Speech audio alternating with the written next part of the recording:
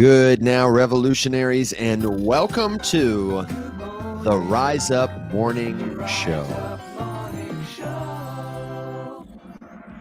Today is Thursday, August 21st. We're rounding out another wonderful week of Web3 education and a lot of shenanigans, including last night. I am pleased to report the demise of the bear market. William Quigley, co-founder of Tether and Wax, actually chased a literal bear off of his backyard in what might be quite possibly the best bull signal I've ever seen live or recorded anywhere. And I just can't believe that happened on our show. Can you guys believe that? I know, it was amazing. Also, that was a good-sized bear. Yeah, it was a seriously good-sized bear. I cannot believe it. I was like, "You're gonna," he tapped on the glass, and then he was like, "I'm going out there." I was like, every step he just escalated. I was egging him on. I was like, "Yeah, dude, go out there. You can chase off a black bear. You can totally. I mean, you do it. You can easily do it. They run all the time." And then I was like, "Wait, am I egging on William Quigley to his untimely demise?" Could be his last appearance on Rise Up After Dark. Like, chase it. If you missed it, you've got to go back. As is tradition, William Quigley dropped serious knowledge. He was extremely helpful, extremely clear. It was full of good stuff. The bear is this, maybe not the smallest part, but it was a small part of the offering he made. But today, forget about it, because we are here. I am excited to tell you with somebody I have wanted to have on the show for a long time, representing Gauntlet. If you don't know Gauntlet, then do yourself a favor and head on over to gauntlet.xyz. That's your homework if you want to play along today. We are fortunate to be joined to hear what it is that DeFi curators do. What even is a curator in the context of decentralized finance? And to tell us about it from biz dev over at Gauntlet, our friend Jon Libby. Welcome to the show, brother. Thank you for making time to be here. Great to be here. So, Jon, tell us about yourself. How did you come to crypto, and how did you come to Gauntlet? Are you like a DeFi power user? What's the story? So my journey into crypto is probably similar to everyone else, maybe a little bit different. I was always a big finance nerd. Always wanted to break myself into finance, and I came from a small town, 2,000 people, and it was very difficult for me, being where I was at in Maine, to try to break into like a New York City type world. And so I kind of did as much as I possibly could. I went to college in New York City. I went to every happy hour as an 18, 19-year-old, as a 21-year-old, like as soon as I could, and try to meet as many people as possible.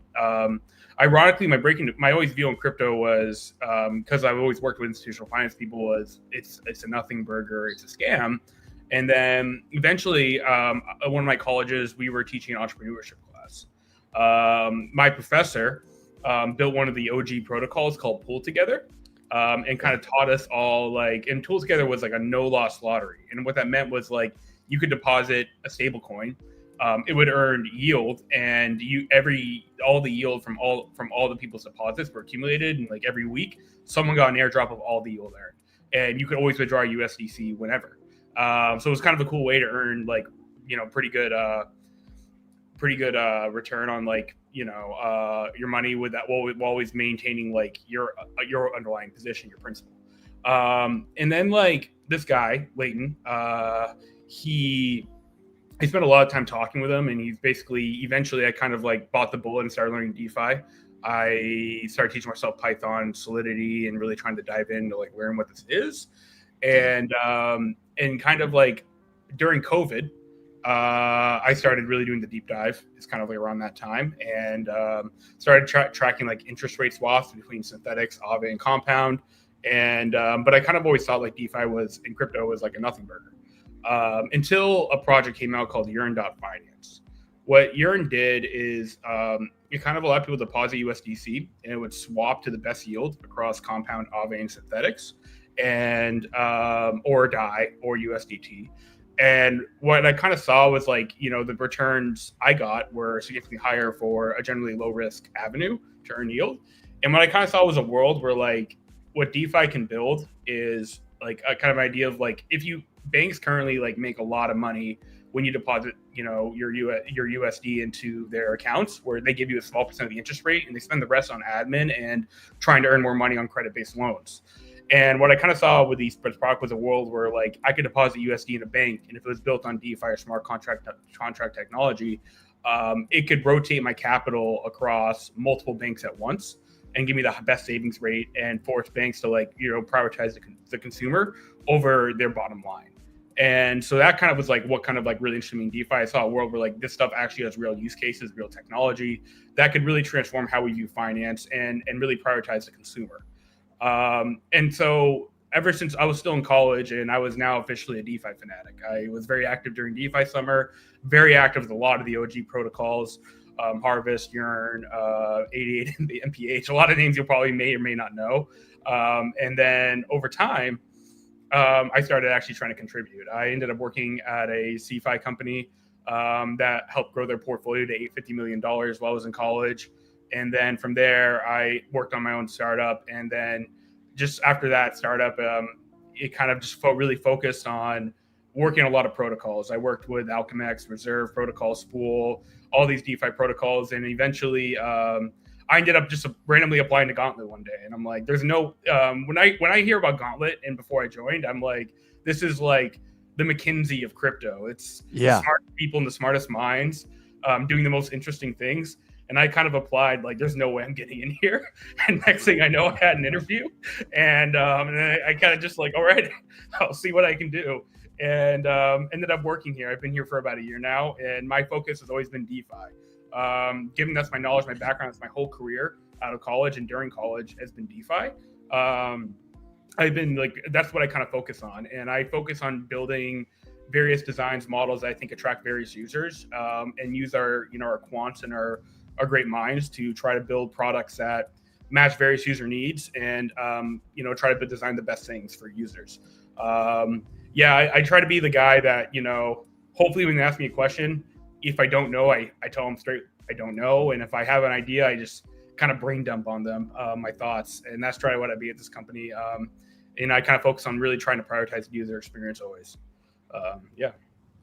So your description is exactly, I don't know about you guys, but that's exactly my description of Gauntlet in terms of like this McKinsey-esque titan of our industry. And I think everybody sees Gauntlet. If you haven't seen Gauntlet, you may not be a DeFi user, but if you go to just about any protocol, you will find yield opportunities that have been curated by Gauntlet. But we've talked about this on the show. Like, how do you evaluate the risk of a DeFi protocol, where the yield comes from? We use DeFi Llama a lot. We click into all the different under the hood stuff. But I wonder, can you just tell us like what actually is the nuts and bolts job of a company like Gauntlet? What do you literally do for DeFi protocols and users? Yeah, I think it'd be good to dive into the history of Gauntlet and how we got into where we're at right now. Gauntlet was founded in 2017, 2018 by Tarun Chitra and John Morrow, our co-founders. And it kind of started basically as a research firm. The vision of it, what they had a very clear and well-defined vision of like, how do you DeFi, crypto and DeFi and blockchain is the future. The vision for onboarding crypto, the vision for scaling and onboarding institutions in crypto was taking and building quantitative papers that focused on taking these crazy random concepts in crypto and making digestible for turning them into digestible research for institutions, researchers, and quants to understand what exactly is happening in this industry. What is a quant before you move on? A quant is someone who looks at like, I would say a quantitative is a very broad term, but it's someone who looks at a kind of like a general concept like finance and is able to look at it from like an engineer's perspective, rather than just like seeing what I kind of see is I see broad numbers and I have like a basic idea of what's happening.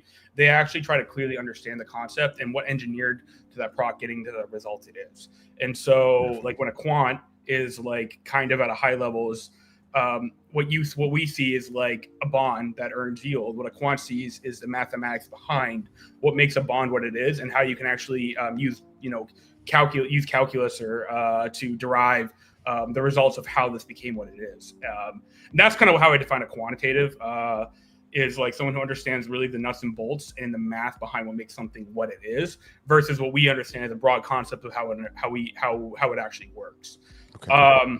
kind of going to like where Gauntlet came is like they started as this quantitative research firm. When DeFi took off in 2020, they started taking their knowledge and their research and applying it to actually like being active in DeFi. And how they kind of like found their role in being active in DeFi was as being kind of a risk manager for various protocols and DAOs to keep them from breaking or falling apart.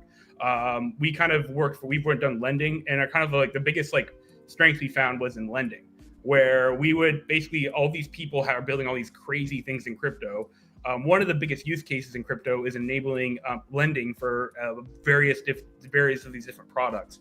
And what they kind of focused on was looking at the product and making sure it's safe, where if user capital is used to lend against this token or this product, they would, the user funds would be protected.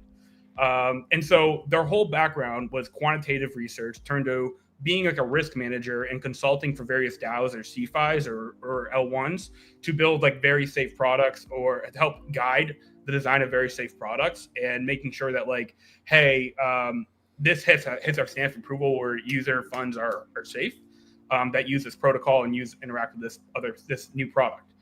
And from there, we kind of evolved into why, if people's always asking us to look at their products, why don't we build our own products?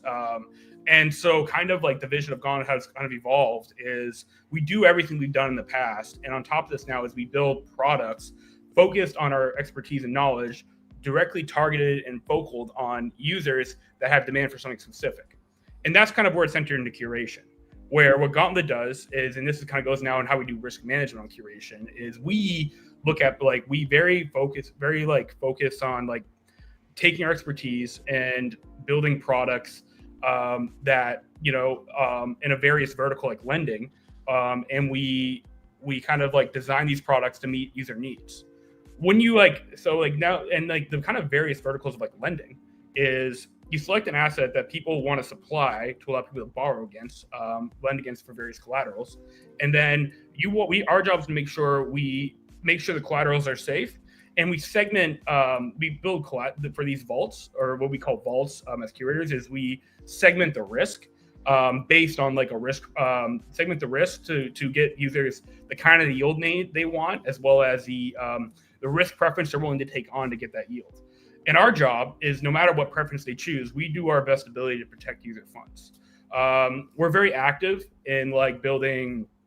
And so we kind of take that, like, kind of like that thought process and knowledge. And now we can probably go into specifics. I'll let you follow up on with a question, to building, looping products, optimization products, and perps products, and a lot more that, that do something specific with the Gauntlet brand of expertise and how we go and diligence it and do something specific and very clearly that users know when they deposit money, it does this exact thing.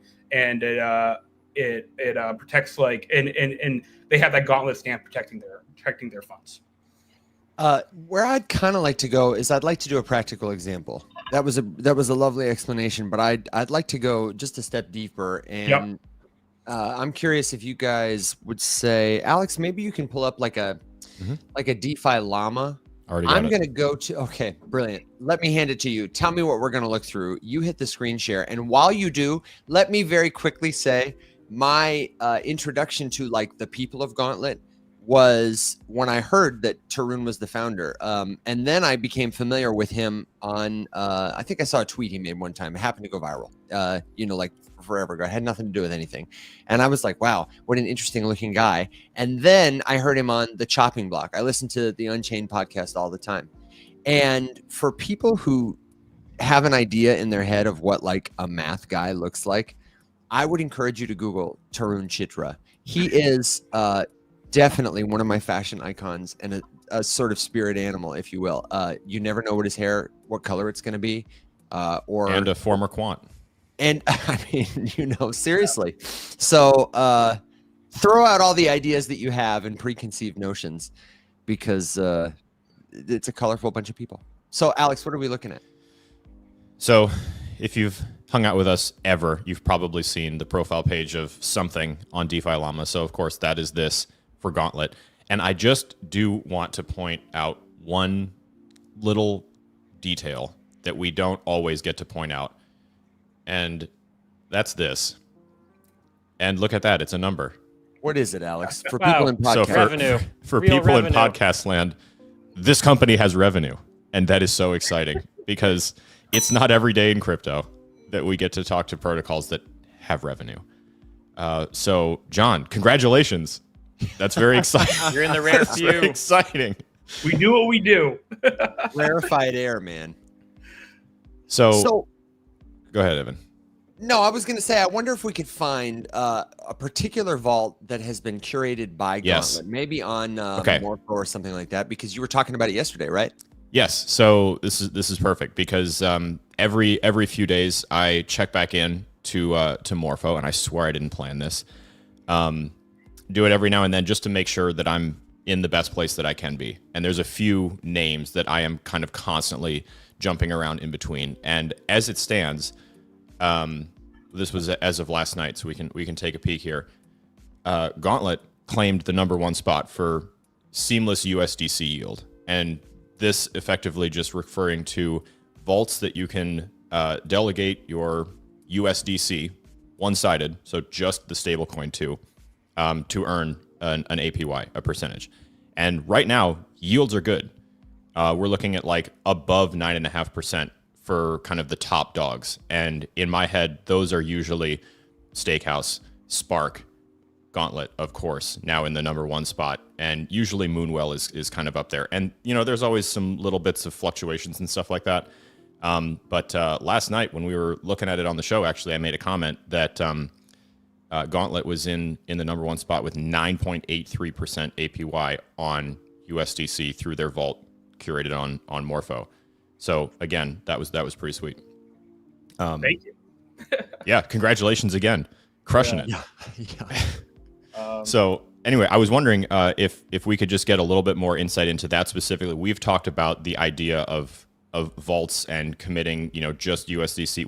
I'm a stablecoin maxi, and one of my favorite things to do ever USDC is to $2, baby. USDC to $2 is to talk about, you know, the decline of the dollar itself and how you can use it in token form to cover a pretty significant amount of that gap using things that are effectively quite low risk, especially when we're talking about things in DeFi land and in crypto land. Of course, everything carries some risk, but if you could talk about the idea of vaults just a little bit more and kind of, you know, what that process is like. We've never gotten to speak to a curator of the vault specifically. Yeah. So Morpho is kind of like the curator, one of the first ever curator-based model. Historically, lending in DAOs or any kind of protocol in DAOs is protocols will build automated smart contract technology. Any adjustments in the automated smart contract technology was usually either adjusted by a centralized team, or like any of it, or a DAO, and they could make any adjustments they wanted. What curation is kind of like this middle point where it's a decentralized agnostic infra. A business can come over and build a business on top of this protocol, and what we basically is we can adjust very specific parameters in that protocol to build out our own kind of products using that infra. And so like what we basically can come in and do is via Morpho is build a vault. This USDC vault can lend against various products. We control what it can lend against, and we set various parameters like what's the loan to value against whatever you're willing to lend against. Ideally, we try to do is what we can to get an optimized APY. We just choose the oracle that is selected to lend against it, and it's basically all these parameters of safety that allow us to like basically select a product like USDC or a token like that, and we set various like strict parameters to make sure that users are safe. Seamless. A really great shout I want to give now for the Morpho Vault is Seamless. Seamless is a DAO and a protocol on crypto and on Base. And they kind of like what they do is we work with them to build out lending vaults via Morpho as a curator to basically support building DAO, support their DAO and their protocol to build tools that enable borrow.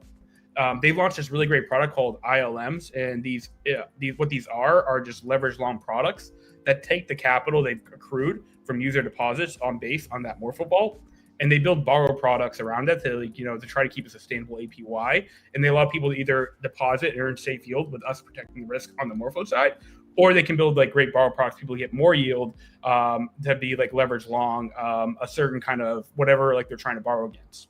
Their first product was DeFi's We ETH, and basically it leverage loops 13 to 14x We ETH.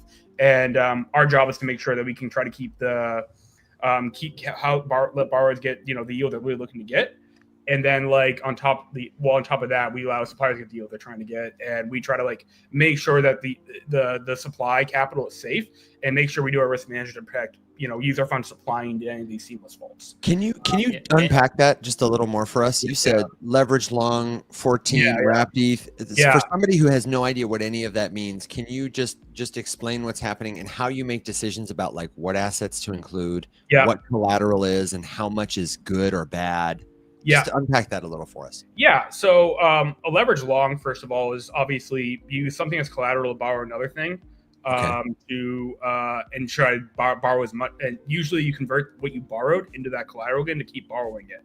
Got it. So I put up $1 to get more of some kind of currency that I convert again to dollars in order to deposit them and get more and kind of repeat this loop. And what people kind of do with leverage looping often is they find these kind of dollars, like kind of like a product or a vault that's alike to that same dollar. So example, a yield bearing stable that is denominated in dollars, and they borrow a stable, a USDC, against that yield bearing stable. And then they convert more into that yield bearing stable to borrow more USDC. And as long as the borrow rate is lower than the yield being earned by this like yield bearing stable, they can basically keep longing this in perpetuity until it's too expensive. Like the borrow rate's more expensive than the underlying yield of the product to get more yield. Something earns 14% in theory, and the borrow rate is 8%. I can keep borrowing USDC, convert that into the collateral, keep borrowing it, and keep looping that. Right.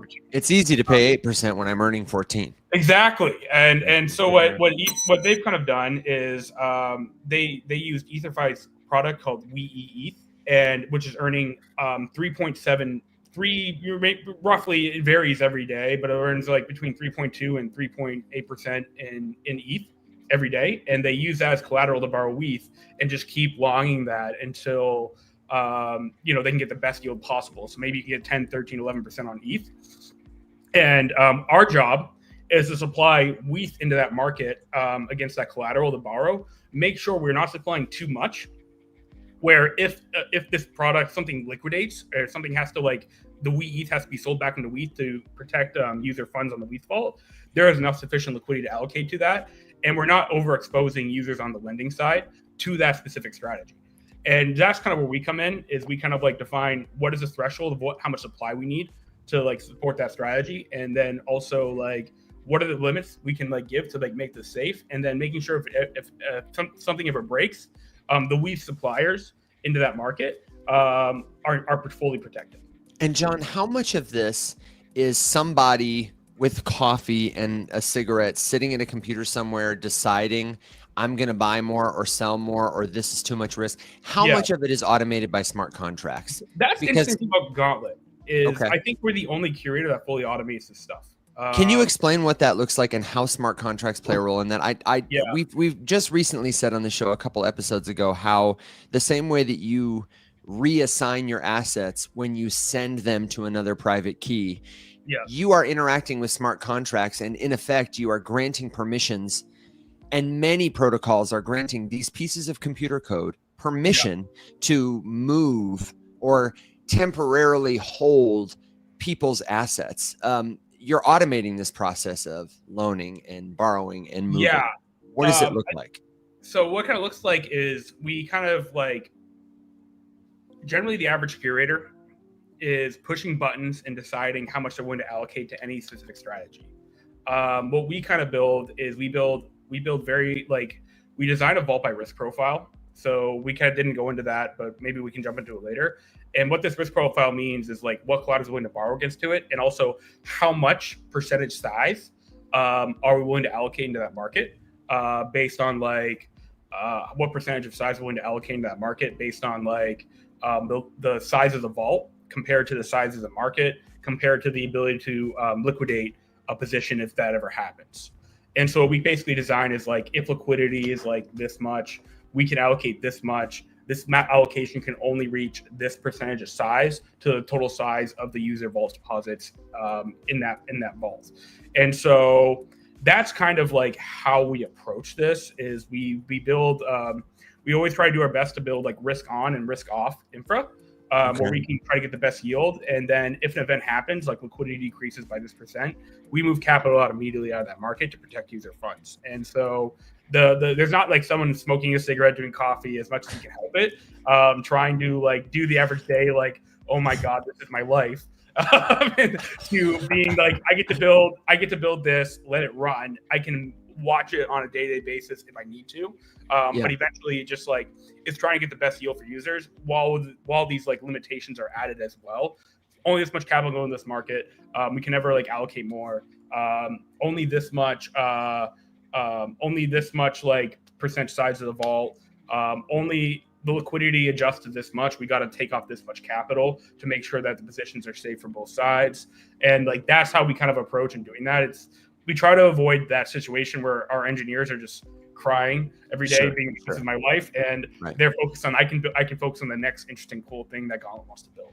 Well, and I want to get to that next, but I just wanted to drive this point home to people that when we say we are replacing human intermediaries with computers who can do it better, it's not that every human is going to lose their job to a robot. It's that instead of working for a bank where a lot of these processes are manual and the people who love math have a lot of tedious jobs to do, it sounds like we're using automation to let people who love math, who love financial risk assessment, to be able to do that at a very high level and then pass off some of their thought work to a machine that can run it, process it errorlessly. And then they can focus on just doing what they love full time. It really is a threat. Banks are terrified of this. And they will be. That's why.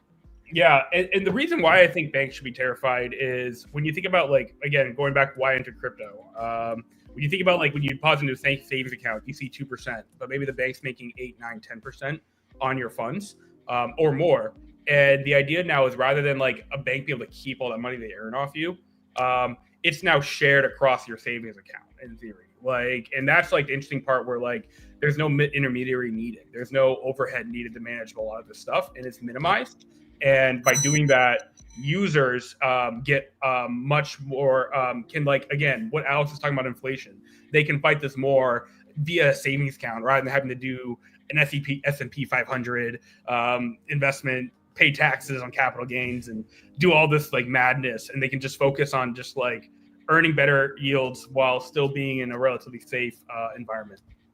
Since we've only got you for a couple more minutes, I really want to invite our live audience to bring your questions forward. This is a great opportunity to go deeper on an important topic that will affect your journey in the crypto space. If you're here because you are trying to learn, trying to work in the space, trying to just speculate and make some money, understanding this will set you up for success. And I'd like to know, now that you know you're here, Jon, like what's coming up for Gauntlet that we can get excited about, that we can check out and learn from? What are you guys doing right now? If users like lending yields and they want the best lending yields while still being in a relatively safe environment, we love yield. Hot take. We just released an amazing product on Base called Gauntlet Alpha USD. It's been out for about 2 months now. What Gauntlet Alpha USD means is basically users can deposit USDC into this product on Base. What this USDC does is it allocates across various vaults on Morpho via mainnet and Base to basically get you the best yields possible in lending. So what this kind of means is like usually if you have your, rather than having to bridge your money and like go into all these different like products like and try to like manage all your positions, this is a product now that can get you historically has given you between 8 and 12% by simply depositing here, and it earns yield across multiple chains and multiple sources of lending and rebalances daily to get you the best yield.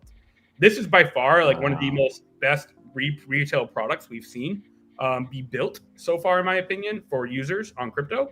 It's cheap gas fees to deposit, very frictionless experience. You can always, there's like there's kind of like a world too where we're going to add more different yield opportunities and integrations as well, while still doing the Gauntlet diligence and risk management, protect user funds to always get you the best yields. And our kind of cool vision here is like with this Gauntlet app is like, rather than having to do all this yield management, try to find the best yields, deposit here, and we earn it for you, and you can withdraw it, when you need to. And that's kind of that's probably one of the coolest products Gauntlet has built in a while, in my opinion. Where it's kind of this grand vision of the new user savings account, the savings account for the people. That can earn amazing yields without having to do your position management, without having to move your money everywhere. You can just sit, earn, and you can pull it out whenever to take care of what you need to, and sit back and earn good yield with Gauntlet.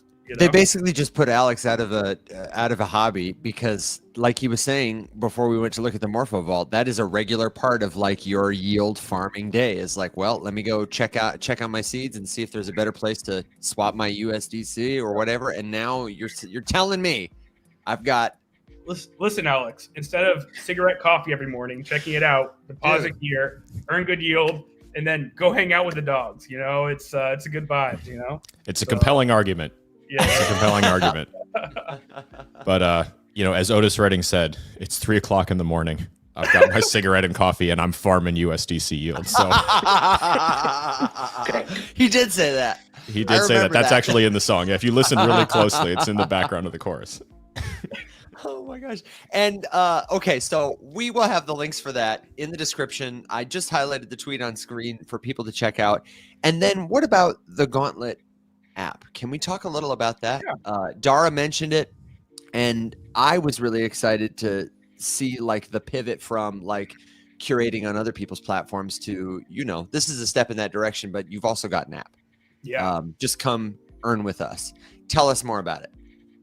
So, there's a lot of people always trying to earn yields and trying to get the best yields, but there's always an element of what's safe, what's not safe. And what we're kind of building with this Gauntlet app is basically a singular place that showcases all the products we're building.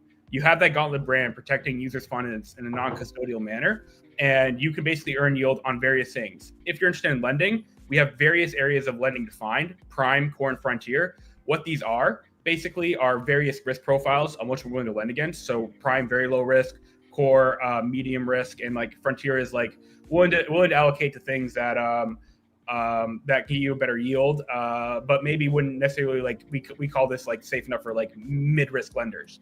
And then we have trading strategies. If you want delta neutral, you hear about this Athena stuff.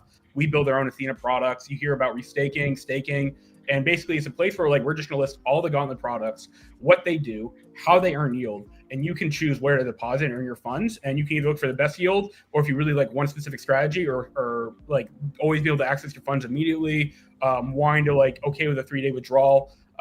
That's kind of what we're building here, is this app where it just has all Gauntlet products, all the different ways we earn yield for you, and that safety, knowing you have the best risk manager in crypto protecting your user funds.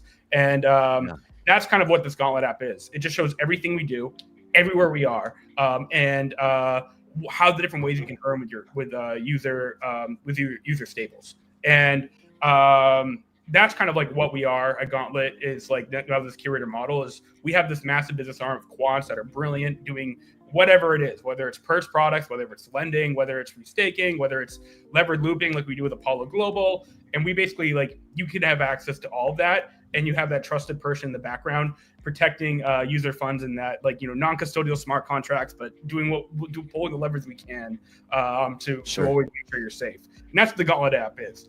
Earn safe yield with Gauntlet. And that's kind of what we're trying to be.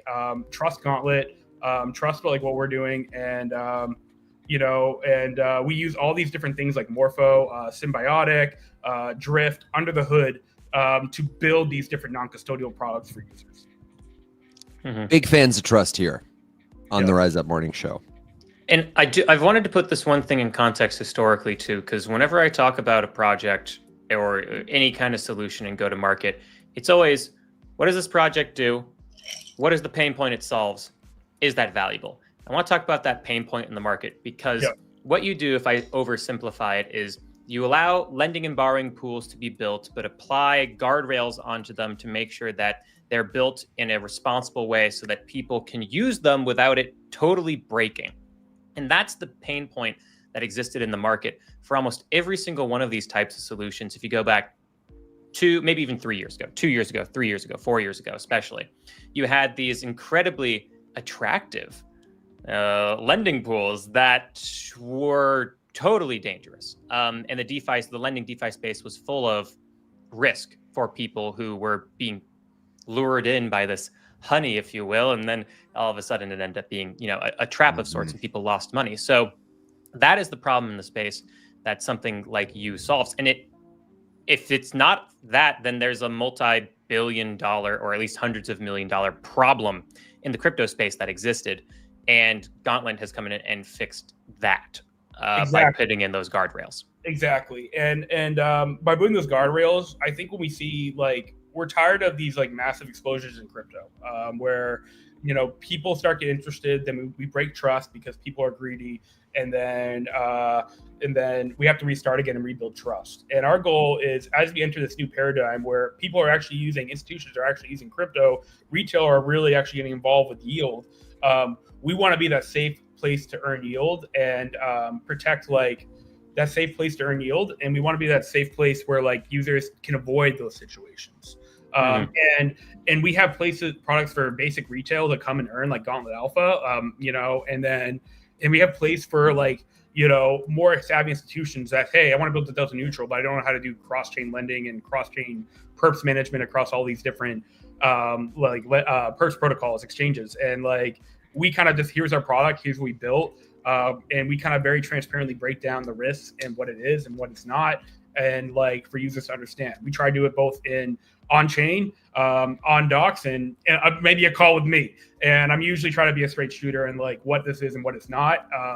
And to make sure that we're getting exactly what you need as a client. And so what I really love about these products is rather than all these booms and busts of retail coming in, getting destroyed, and leaving, we have products now where they can come and they can just chill and they can live their life and they can be their family and they can still be exposed to this stuff and actually earn hopefully something meaningful for them. And so that's kind of what we are and what we're trying to be with this Gauntlet app is this kind of intermediary to protect users in retail from being in these scams, to being in these various different opportunities that seem good that end up resulting in a loss. And we're just trying to do our job as risk managers and really build exceptional products for them. Talking about risk management, Alex, you fielded a really good question from our friend Devil King in the comments. You want to share?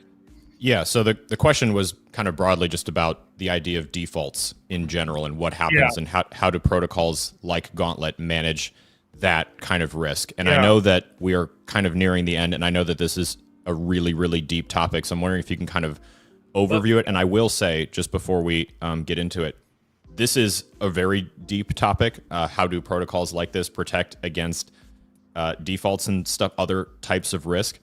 If you use something like Perplexity and you ask the simple question, you don't even need to train the thread up to do anything special. Literally just ask it to explain the layers of security that protocols like Aave, Compound, Curve, Gauntlet, any of these, how do they protect against defaults or other types of risk? You will get a phenomenal, very lengthy, very in-depth answer. But John, if you can kind of give us an overview of sort of the things that you guys take into consideration, that would be awesome.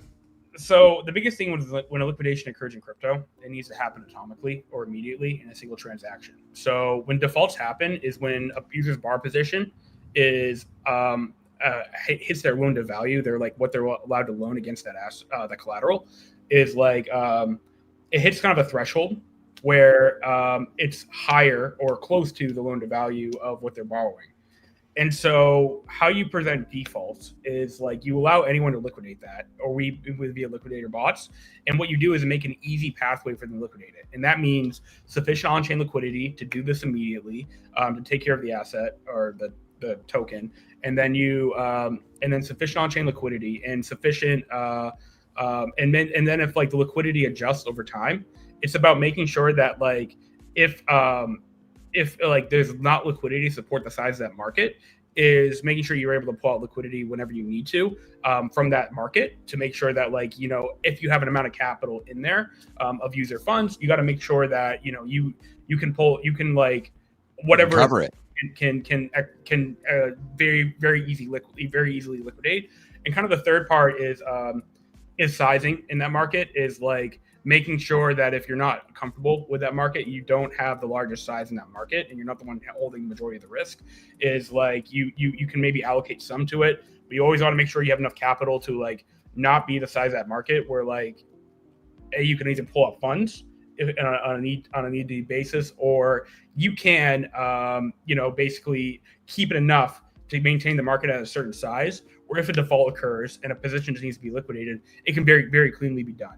And that's kind of what we do as the risk manager, is these defaults is like make sure the Oracle does not randomly liquidate a market where like it's a very like safe Oracle, such as we can dive in the NAV or market prep feeds, but like, and then making sure that you have enough size in that market where you can always sufficiently pull out, or a minimal size, and making sure that if you are the one sizing the whole market, that you adjust the liquidity always in that market to make sure that it's always in a size where like all the business can be taken care of.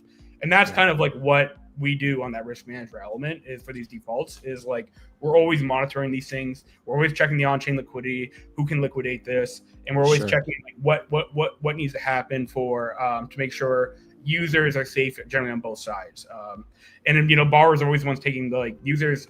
Our job is always to protect our suppliers. And so our job is like, if we got to protect the suppliers by driving up borrow rates, we're going to do it. Those are our clients. The borrowers are the ones using our products.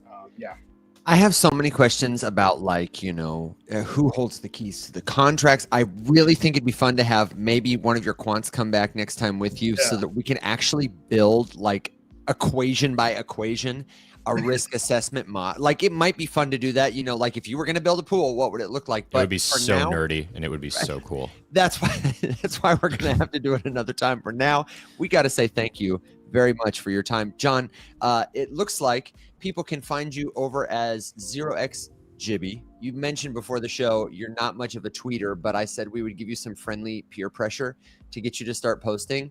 I love the Morpho Daddy sub headline in the profile. We did not intend to set you up by talking about Morpho Vaults, but looks like we did. And is the best place to find Gauntlet at gauntlet.xyz? Is that right? Yeah, that is the best place. Follow us on our Twitter. Check the website out. We have a Telegram group chat. Telegram for people to join as well on our website. And very easy ways to speak to our founders or type forums for you. Very easily access a conversation with myself or another person on the team to discuss like what we're doing and like who we are and like this how can we help you guys. Listen, all I want to know is when I can hang out with Tarun and we can go to the salon together, because you guys see this? This is exactly why I wanted to talk. It's just Evan in a different shape. I'm telling you, man, that is my natural evolution right there. It's only a matter of time. Take away the math and add a little more like, whimsical guitar music. And, I think we've got a beautiful thing going. So thank you, Jon, for having a great time with us today. I really appreciate it and can't wait to have you back on the show sometime to check in. Okay. Yeah. We'd love to chat more. Take care, you guys. Bye for now, brother. Ladies and gentlemen, Jon Libby. Okay. Will, I know you have got business to attend to. And so we also I have a little bit of time. Oh, my 9 o'clock, I was able to push to 11. Sorry. Okay. Time out because I don't. So that doesn't matter. Let me land my tiny plane by just saying, and this is kind of an experiment. I've never done this. Your plane is regular sized. Thank you so much. It's not tiny. There are no tiny planes, just tiny pilots. And you are small. I don't know where to go with this I'm now. 5'10" or 5'11". I forget. Wow, Will. I don't know how tall you are. This is a gross misrepresentation of Are you 5'10"? I am 5'11" and I earned that. And I couldn't make it. I couldn't make it to 6 feet. But don't you dare shortchange me. Don't you dare shortchange me an inch. You son of a bitch. All right, listen. I don't know how well this is going to work, but if this works, this is very exciting. If you guys want to see this experiment play out, go to the Circle general chat. I just shared a link there. Evan, maybe you can test this in real time and see, because I know you don't have a Perplexity Pro subscription. At least I don't think you do. I shared a link in the general chat to the thread that I just started to talk about these risks and kind of. Yes. Can you open that, and does it show you the whole thing? It said Let's find out. I think you probably need a Perplexity account, but I'm hoping that you can be a free user. Yeah, it looks like I have access to it, and I can even ask a follow-up. Check that out. So testing. Scroll all the way down because that's the one from last night. But the bottom two in that thread right there should go up one more. Man, that's a follow-up. Okay, wait. Look at this. Yeah, this is it. We're still talking about Gauntlet. Okay, Advantage. yeah, there we go, right there. And actually, the one above it is like a Gauntlet specific deep dive. Yeah, look at this answer. There are 18 sources you can click into. Sick. And this is like a you've heard of 5-paragraph essays. This is like a 2-page essay. And then just from one follow-up question, he asked, so if someone lending defaults a user, their collateral can go away, and answer with 15 sources. And another just great, thorough, but I'm sure concise answer. Nice job, Perplexity. Nice job, Alex. I'm gonna do a fresh one. Just if you go up this one, actually, there's a ton of all the marketing information and all those stats that I was reading off on After Dark last night. We didn't get to cover that one in particular. So okay, this is awesome. In this case, listen, I'm gonna share so many Perplexity research threads moving forward. Get ready. So strap in because it's about to get perplexed. Oh, I can't believe you just said that. Hold on. Not I win. Okay, do you have a couple more minutes to look through some of these silly charts with us, Alex? We have 26 submissions, I think. We absolutely do not. I have an appointment in 9 minutes, and I'm literally in my house, and it is outside of my house in a building like multiple miles away from here. Get the hell out of here. We'll see you soon. I wish we had you. We'll see you next time. Thank you very much. It's very Goodbye sad. for now. Okay. Okay, Will. I am glad to be your tiki-taki screen sharer. If you want to pull up the screen share in the public forum and just drive. Tell me how you want to do this. For the folks who don't know, your chance to win $100 in USDC begins now. If you are somebody who submitted to the Silly Chart contest at rumshq.com, you found our community, you got to the public forum, and you posted something beautiful. Will? Yep. Great inspired idea, dude. I love this so much, and I haven't looked at any of this except for what Evan you showed me a little bit yesterday. But I did do a little teasing. I tried to shield my eyes because I wanted to just be fresh. So let's see. Can you zoom in just a? Oh, that's even better. The descriptions for some of these are even better than the pictures. Let's see. We have a cat chasing a little fish here. It looks like, and then chip chip chop chop cat that is chasing after a ladybug. I like it. Let's see. Do we have a description here? We do not. Just a forward slash. Just a forward slash from Riddick. Forward slash. But also, you know what? I like this color. I like this coloration. You know, this is just pleasant to look at. It makes me think of like it's a child's book. What are the criteria that we're gonna? Are you just gonna pick? Oh a winner? Yes, right. I should probably do that. So I will give $100 USDC to whatever one we like the most, and since it's my money, my vote carries the most weight. Okay. There you go. But Evan, I want you to fight for your favorites as well, and just give your thoughts and opinions. And it's pretty much just whatever tickles my heart and soul the best. We have a double submission here from Rithik, so we can't have double submissions, only one submission. But I do like this a lot. We have 2 dinosaurs, also one saying Jokaris, going tip to tip with one another. Ayo. Very good coloration here of the shadowing of the underbelly and underneck. I give this 6.8. I'm not going to score it, but I'll tell you what I like about it is I really like that they saw in the chart like this. I really like they saw the battle here. To me, that actually seems like good technical analysis. Is like this has to be Bitcoin because it's Doge. This is the market cap of Doge because I also saw the battle in mind with the woolly mammoth fighting the dragon. Yeah. No, I like it. I like it as well. I also like the toe beans that they put on the dinosaurs. Yeah, that was a solid choice. Yep. Okay. Hope you all love dinosaurs. I think we're getting a lot of dinosaurs here from Callie.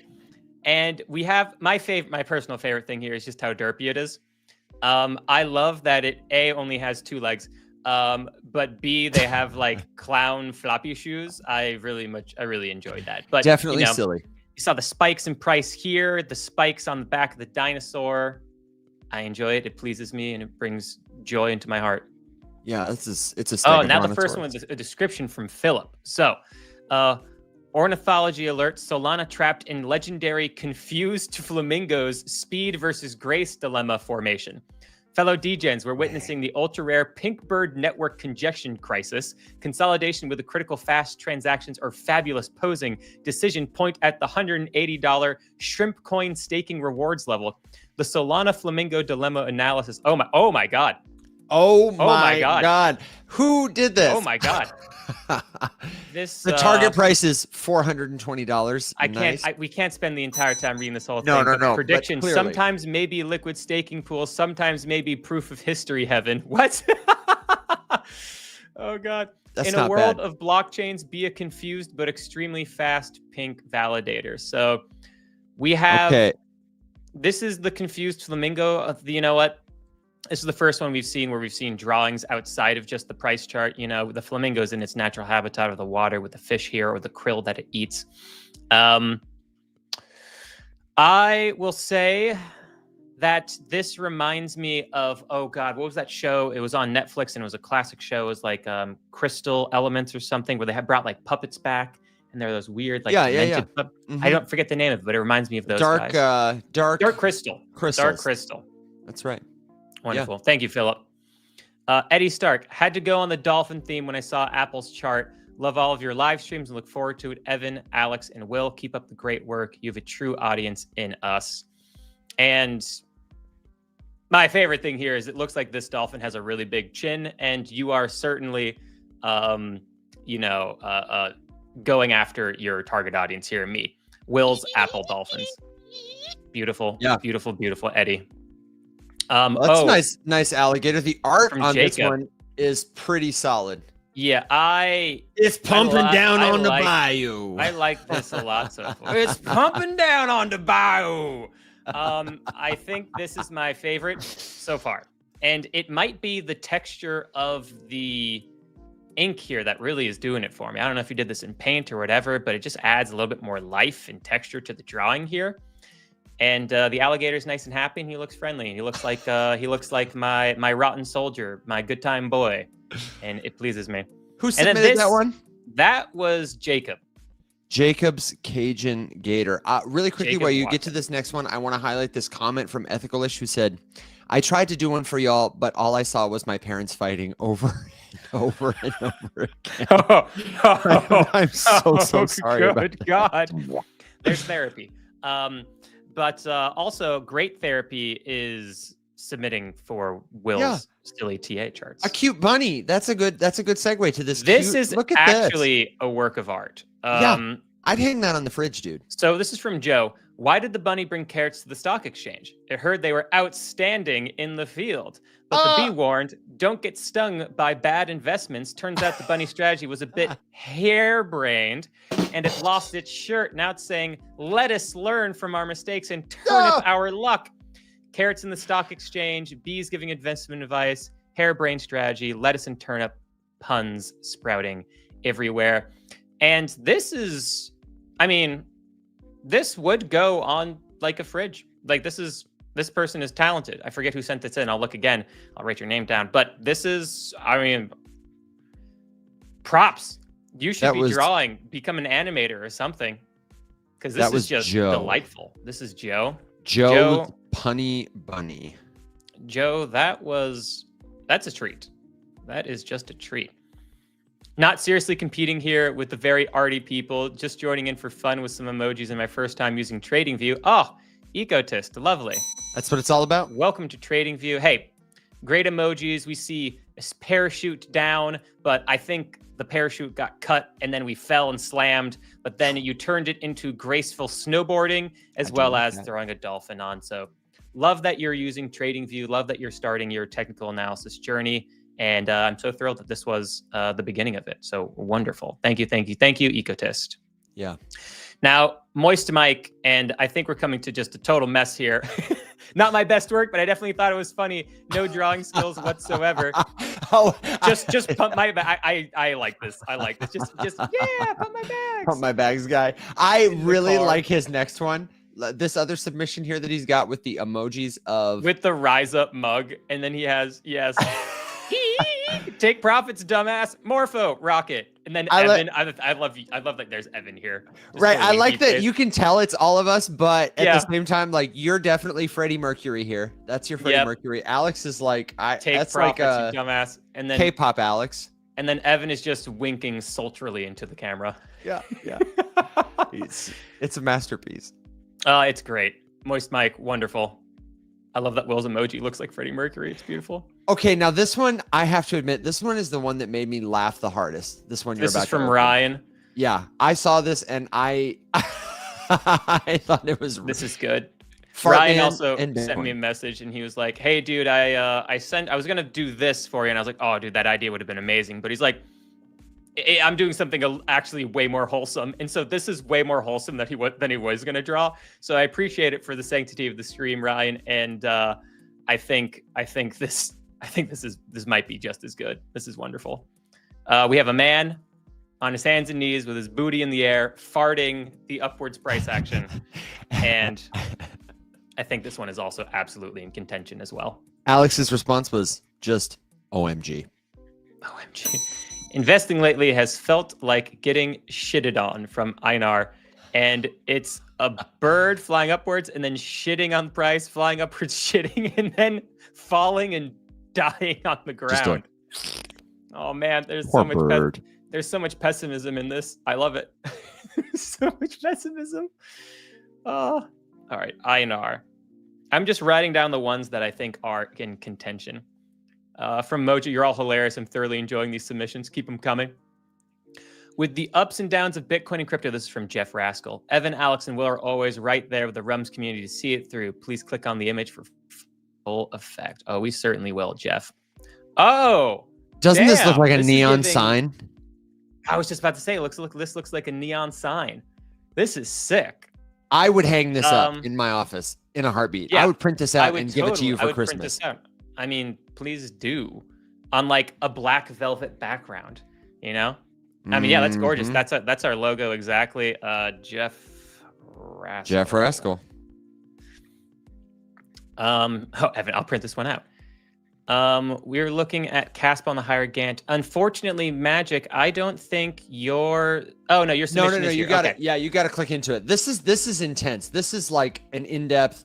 The higher Gene Simmons time frame is what you're looking at here. There's a rock and roll guitar sword at a construction site. There's a crane here. He's got missiles. There's a tugboat involved. This is one of the more intricate works of TA art I have ever seen. So we are looking at KISSPA on the higher giant Gene Simmons time frame. So while playing his cinnamon roll guitar sword at a construction site, KISSPA had a nice move upward after the V-shaped recovery off his inner elbow and started to stall out at the crane. We then see a move to the downside that triple bottom at the end of his tongue, which made Gene slobber a little. The violent move upwards sent a wick right between his eyes and proceeded to slit his ear, causing a double top. Oh no, poor Gene. I know. Which bled down his arm, and he was pushing down the tugboat, hauling green and red missiles. Since it was going the wrong way of the chart, we are now in this SOS correction, and there's a dog and a guy on a beam being held by the crane saying something. I love the manic energy of this.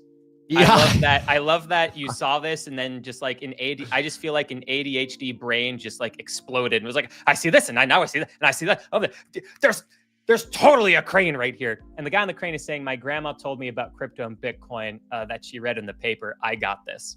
I love the manic energy of this. It's truly wonderful. Yeah. It pleases me greatly.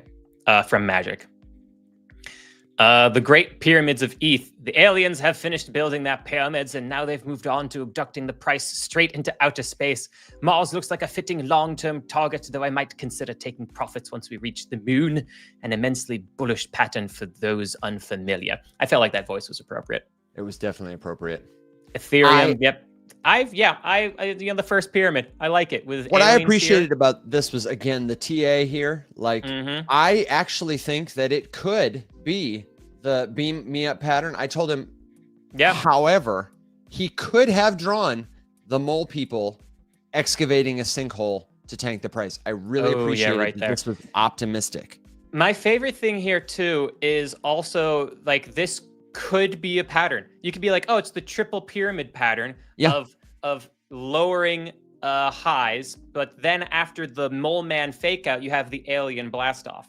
I like this. I like this. I like this. I think because of that, I will also write down Isaac.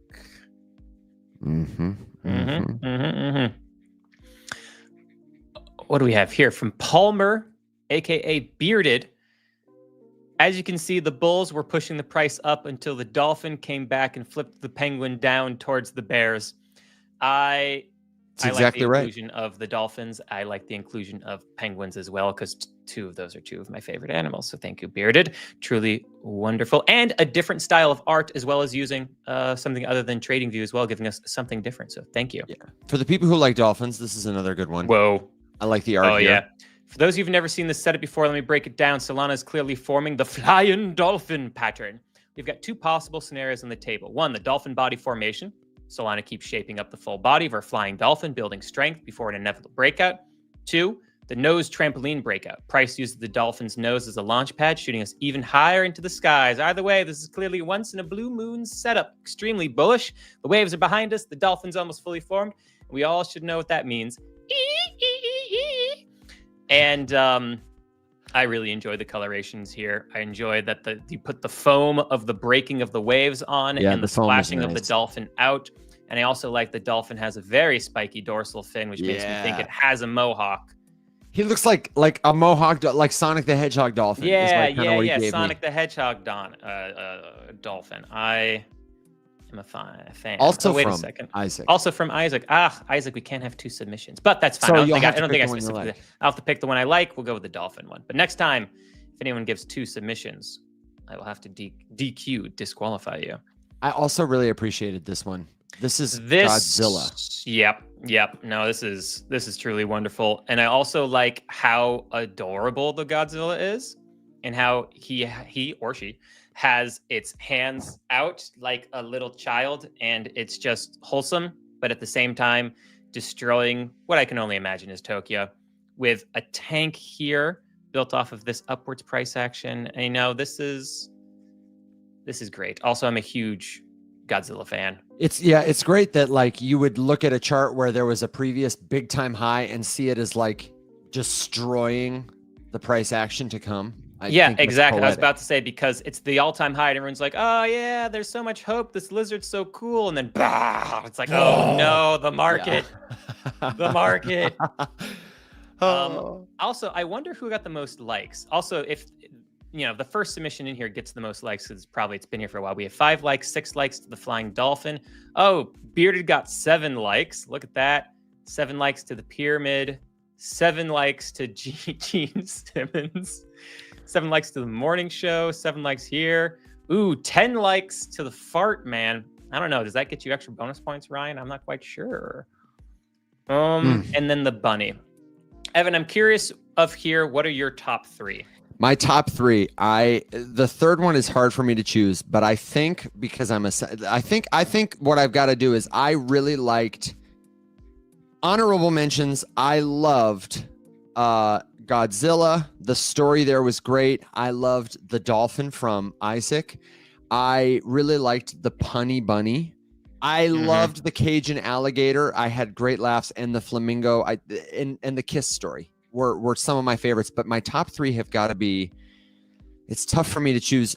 Moist Mike's emojis made me laugh a ton, but I think I've got to go with Isaac's alien is my number 3 with the 3 pyramids in the alien. I just thought that was like a really good story. It actually looked like a chart you would read and draw a conclusion from.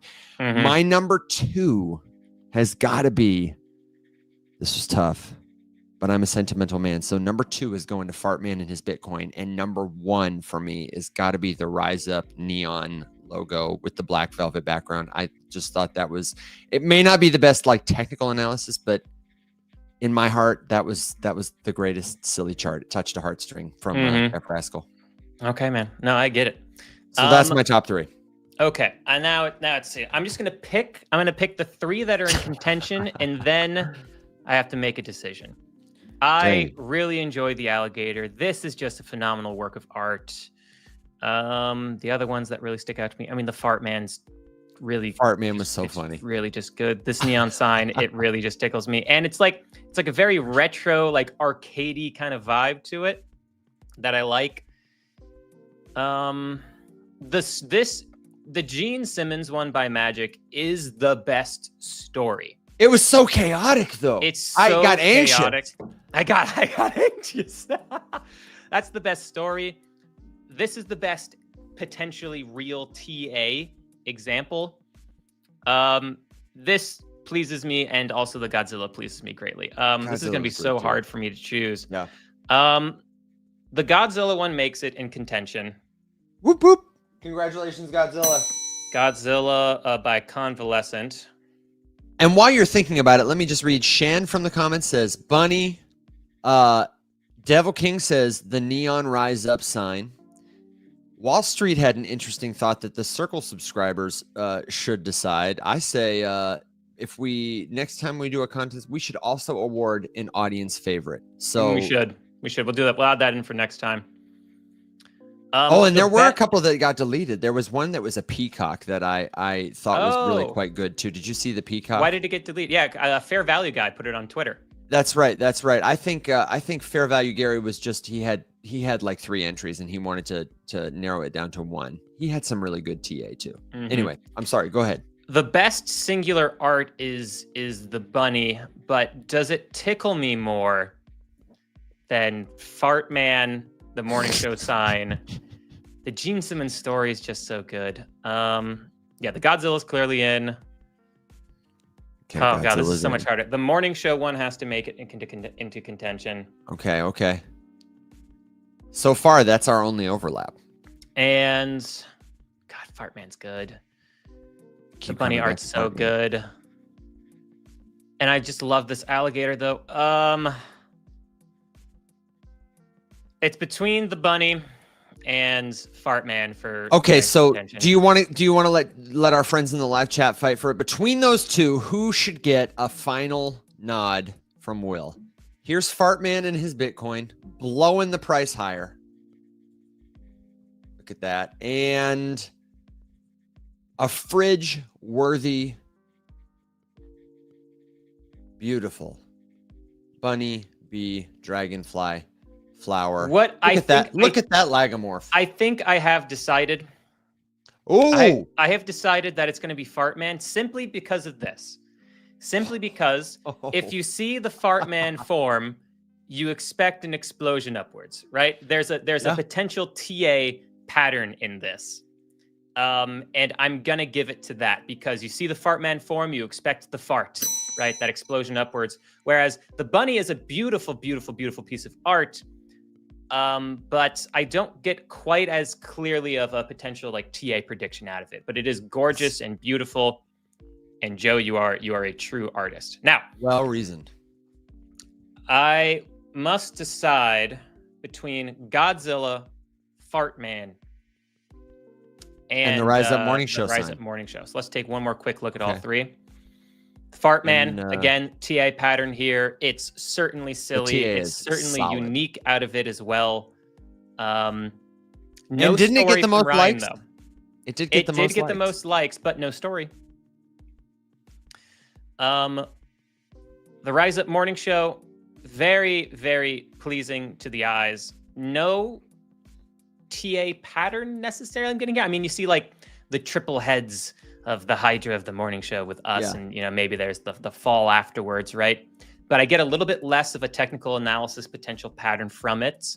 But I will say this is more appealing to my eyes, and it does tickle my heart. This is the best story. Bonus points to Magic for the best story, and just the chaotic energy for the Gene Simmons story. And I kind of wish. This appeals to 5-year-old Will the most out of all of them. The possible. I think this is low key the best TA. I think it tells the best TA story.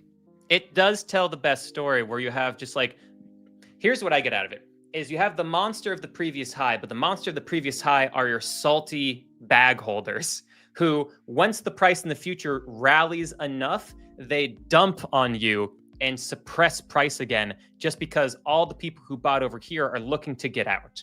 And that is the laser beam. And as I say that out loud, Convalescence, you are the winner of the Silly TA contest for Godzilla, destroying the city of Tokyo. But everyone who submitted everything was really, really, really amazing. And we're totally doing this again and more in the future, because this is just an absolute blast. And I'll give a like. So that's it.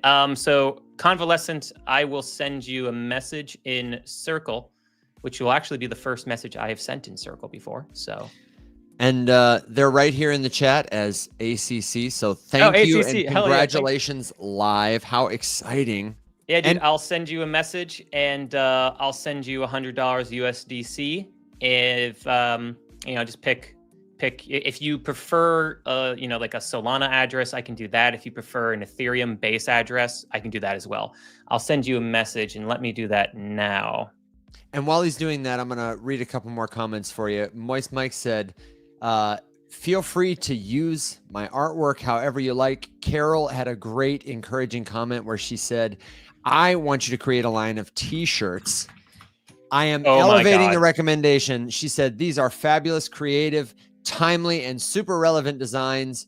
Do it. And honestly, I would wear that Godzilla TA shirt. I would wear several of those. I'd wear Fartman, and I don't know. Keith said, I love Fartman because I am 12. I might print out that Rise Up Morning Show thing, because that's just great. Dude, I want to see if we can get that made into a sign. A neon sign. No, exactly. Oh, 1000%. I got a little bit. I have a tiny bit of space on this wall left.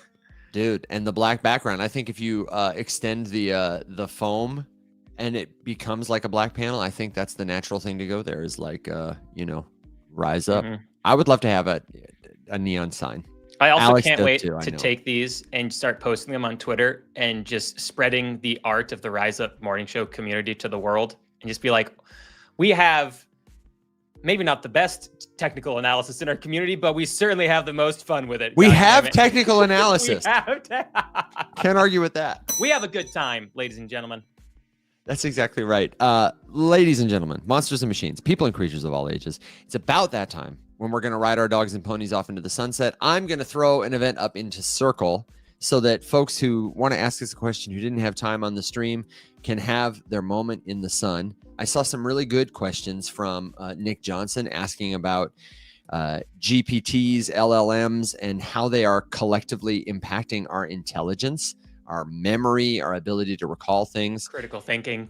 Critical thinking. That's an important conversation worth having. I saw a lot of talk about memes in the chat, like Rismus, which I have heard of, but I got to tell you, it's an interesting time in the meme world. One of the stories I had prepped for the show is, did you see that Kanye's token dropped, the YZY ticker, Yeezy coin? No. Yeah, you didn't miss anything. Yesterday, no, it launched, and it seems to be a trend lately that the meme coin trenches are full of traders who are mostly selling to each other, and that tokens have one big pump and then pretty much they're done. And that's exactly what this thing did. It went up to like $3.5 billion, and then just it cratered. And there's like still some market cap there, but it reeks of insider activity and is, I don't know, I wouldn't touch it with a 39.5-foot pole. But if you've got something you want us to explore as we round out the show today, don't hesitate to leave it in the comments. Will, what are you thinking as we round out this week of broadcasts? Oh, I'm thinking I want to do more silly TA chart analysis competitions. This is all I'm thinking about. It's so good. It was good. No, I'm just thinking about like I took some profits yesterday of some things that, I mean, most of my positions were in profit. So I sold like a great big chunk of it into the pumps yesterday because I'd been buying Morpho and that was up like 12% at the day. It's up like another 4% now, but I just sold the Morpho position. I sold my Radium position because it was up about 50%. I sold my Pengu that was up 3x. Unfortunately, I didn't put a big sum of money into that. I wish I had, but hey, 3x, cool. Take that all day. Yeah. And then I sold a little bit into the virtuals rally as well. And now I'm just waiting to see how, I still have some virtuals, by the way. I'm waiting to see just how things settle after Jerome Powell comes out on Friday, because I do think it's going to be a little bit disappointing for the market. He's going to come out kind of neutral. And but if he's super pumped, we'll see how things settle afterwards in the following week. And then I'll look to potentially make some new positions or, wait until things settle further. And that's a totally fine strategy, guys. If you know that there's an event coming, even if there's a big bullish wave upwards, don't feel bad about it, because after a big spike upwards from an event, there's always a correction, and then wait for it to settle, and then you can take a position. And oftentimes that's a far safer thing to do. So that's what I'm doing. That's all I'm thinking about right now. Someone asked us, is it the best time to buy Bitcoin? And I would love to tell you that the best time to buy Bitcoin was yesterday. The second best time to buy Bitcoin is today. Yeah, just dollar cost average into it. I buy Bitcoin every single day just with coffee money. Just goes in, and I feel real good about it. Same. Yeah. Moist Mike says he's scared, and he says, "Hodl me." Hodl me. Are you Bitcoin, Mike? Because I want to hodl you. Mm-hmm. Also, ACC, I sent you a message on Circle. Get to it whenever you can. Whenever I get that message back from you, I will send you your $100 in USDC post haste. Congratulations again. Man, way to go. I have to give because saying, are you BTC, Mike? I want to hodl you sounded really creepy without that. Not trying to creep you. I felt comfortable. You know what? You're very much so the guy looking at the camera and winking, like in the emoji of the TA art. There it is, right there. That's it. Yeah. That's it. And then somewhere in the ether, Alex is screaming, "Sell some, you bitch!" Yeah. Alex, wherever he is screaming at you to sell. Yep. That's that you can bet on it. I will absolutely die on this hill. Okay. Final thoughts? Last minute jokes? Words of wisdom? Already gave my final thoughts. Beautiful. I will miss all of you until Monday. Great. If you're not there yet, my final thought is to remind you that where the show lives 24/7 is the Rise Up community. We've moved away from Discord onto a platform that is safer, easier to use, built for you to learn and connect with others. We say Rise Up. You can find the link on our site at rumshq.com. It's the very first link when you get there. You can also find the link to all of our recordings on your favorite social media platforms. We're on Facebook, we're on Spotify, we're on X, we're on LinkedIn. And if you go to the recording or you're listening to the recording right now in the future, hello, we hope your candles are green. Check the description for all the links from the episode. We will have a link to Gauntlet's website, their app, Twitter, John's Twitter, and so much more. If you jump in the community, then come on over to the Circle live stream. I'm going to start that in probably 10 or so minutes. We can do a little bit of question and answer, hang out together, and close out the week strong like we do. And if not, then we'll see you right back here Monday, same time, same place, for more of the Rise Up Morning Show. Until then, everybody, thank you for being the very best part of what we do. Have a fabulous weekend. Stay safe. Be well. My friends, rise up.